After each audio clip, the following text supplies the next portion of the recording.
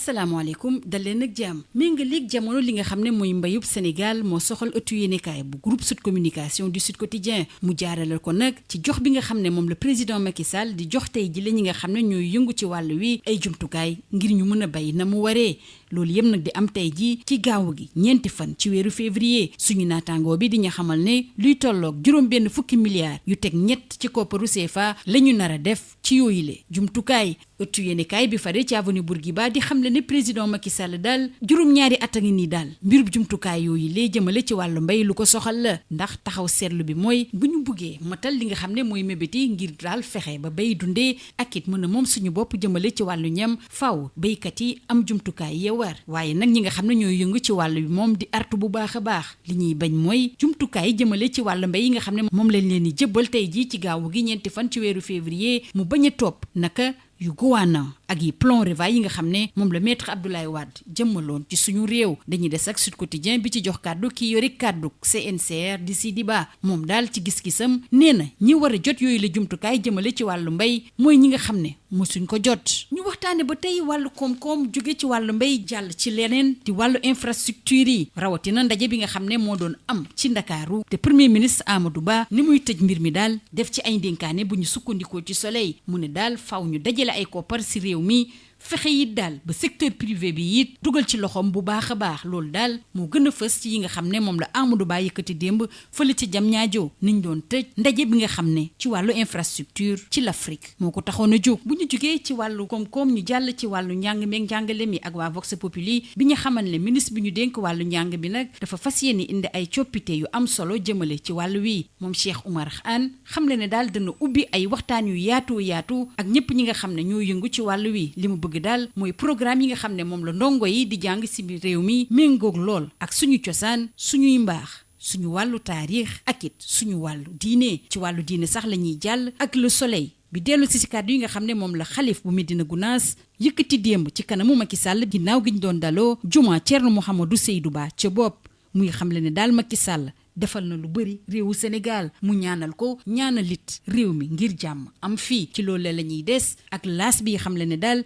président Macky Sall ak inauguration bi le moom daal jëmmal na mébét boo xam ne daal am nañ ko ci diirub ñeent fukki at ci loolu la ñuy des ak l'observateur dine donte nag président Macky Sall mi ngi amal ay jumtukaay yu am solo ci kër diine yi daal loolu taxul ba lim ciy xaar mu am ko maanaam daal ci wàllu politique donte mi ngi neexal bu baax a baax dëkku diine yi waaye nag bu ñu duggee ci meñ gàcce yi électeurs yi fare ci yooyu la dëkk bu ci mel ne Touba Tivaouane Thiénaba Cambérène dañuy def lu wuteeg li mu doon xaar ñu des ci wàllu politique ak Les Échos bi ñuy xamale président bi fi woon di maître Abdoulaye Wade nag jëmale ci jëndub carte yi ngir gën a dëgëral parti démocratique sénégalais jënd na kartam ci lu tolloog 1 million ci kopparu CFA mu yëkkati it ay kàddu ne leen yéen kan moo leen wax ne man dama sonn man liggéey moo muy dundal mu xam le ne bu PDS yeggee file li ko waral mooy nañu jàpp ne mbiru bi yàlla moo ci ne ci jamono jooju it waa Libération dellu si ci lu doy waar li amoon ci Médina démb ab ñetti xale yoo xam ne daal dañoo toppoon benn militaire boo xam ne daal dafa am ay jafe-jafe ci wàllu xelam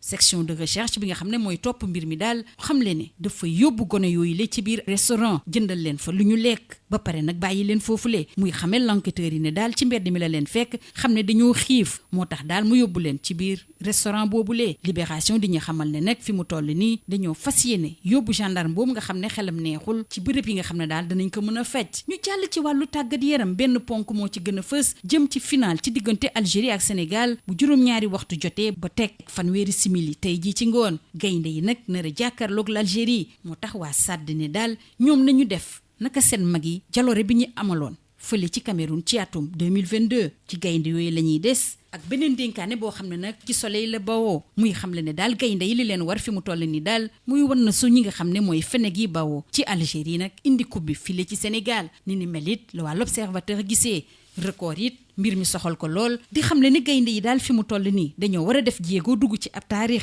mu ñuy xamal ne Cheikh Ibra Diouf moom du ca teew te Raymond Ndour moom dana bokk ci bile final lii moo gënoon a fës ci ëttu yéenekaay yi ñu xëyandool yéen doog jàmm Bonjour. Modernisation de l'agriculture via la dotation subventionnée de matériel Macky, mise au défi. C'est le titre qui barre la une de Sud Quotidien, qui informe que 83 milliards de francs CFA de matériel seront réceptionnés ce jour, samedi 4 février, engagés depuis un septennat et bientôt un quinquennat dans une politique forcenée de modernisation de l'agriculture sénégalaise. Le président Macky Sall est contraint de constater le gap énorme entre dotation aux producteurs de matériels agricoles subventionnés par l'État et atteinte des objectifs de productivité et de compétitivité pour asseoir l'autosuffisance alimentaire ou autre souveraineté alimentaire. Pour cause, le matériel distribué échappe généralement aux mains des petits producteurs et se retrouve, d'après le confrère de l'Avenue Bourguiba, quelquefois même dans des horizons ex-territoriaux, d'où l'alerte lancée par les acteurs à la base afin que le matériel agricole à réceptionner ce jour, samedi 4 février, ne suive pas la trajectoire de ses devanciers, histoire de ne pas ressusciter les impairs de la Guana, comprenez la grande offensive agricole pour la nourriture et l'abondance ou autre plan REVA. Retour vers l'agriculture de Maître Abdoulaye Wade. Restons avec Sud Quotidien qui donne la parole au porte-parole du CNCR, Sidi Ba, qui déclare « Ceux qui n'ont jamais reçu le matériel agricole doivent être privilégiés ». Parlons toujours économie. Après l'agriculture, place aux infrastructures, notamment leur financement en Afrique, avec les recommandations du sommet de Dakar. Prononçant le mot de clôture de ce sommet, le Premier ministre Amadou Ba a soutenu qu'il s'agit d'abord de mettre l'accent sur la mobilisation des ressources nationales, le financement du secteur privé et les sources de financement innovantes, telles que le financement climatique. Il faudra également, selon le chef du gouvernement, toujours dans les colonnes du Soleil, créer au sein de l'Agence de développement de l'Union africaine un fonds fiduciaire multidonateur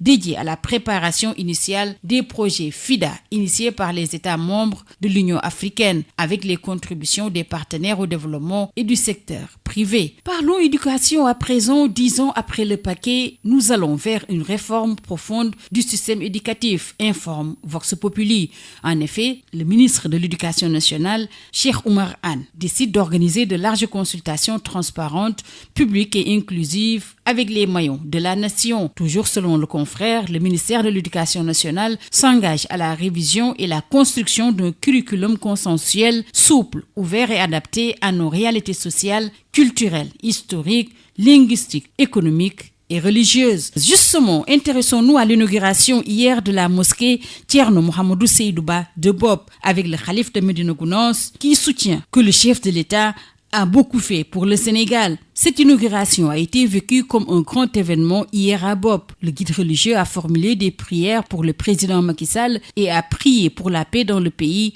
la concorde et la réussite de tous ses projets pour le développement harmonieux du Sénégal. D'après l'AS, le chef de l'État Macky Sall, en inaugurant la mosquée Thierno Mohamedou Seydou Ba, concrétise un vieux rêve de 40 ans. Les infrastructures religieuses, nous restons avec l'Observateur qui titre ce matin sur Macky Sall et son investissement sans retour. Selon le confrère, il y a un décalage entre ce que Macky Sall pose comme acte pour séduire les cités religieuses et sa traduction électorale dans les urnes. Toujours d'après l'Observateur, les résultats des dernières législatives ont été sans ambiguïté aucune. Les électeurs des cités religieuses de Touba, Tivaouane, Cambérène, Thiénaba, Médina Baye, Yoff et Cambérène n'ont pas laissé une parcelle de chance à Macky Sall et à ses hommes. En effet, au moment de voter, les électeurs seront dans des considérations beaucoup plus temporelles que spirituelles. Revivification et revitalisation du Parti démocratique sénégalais, le sujet intéresse les Échos,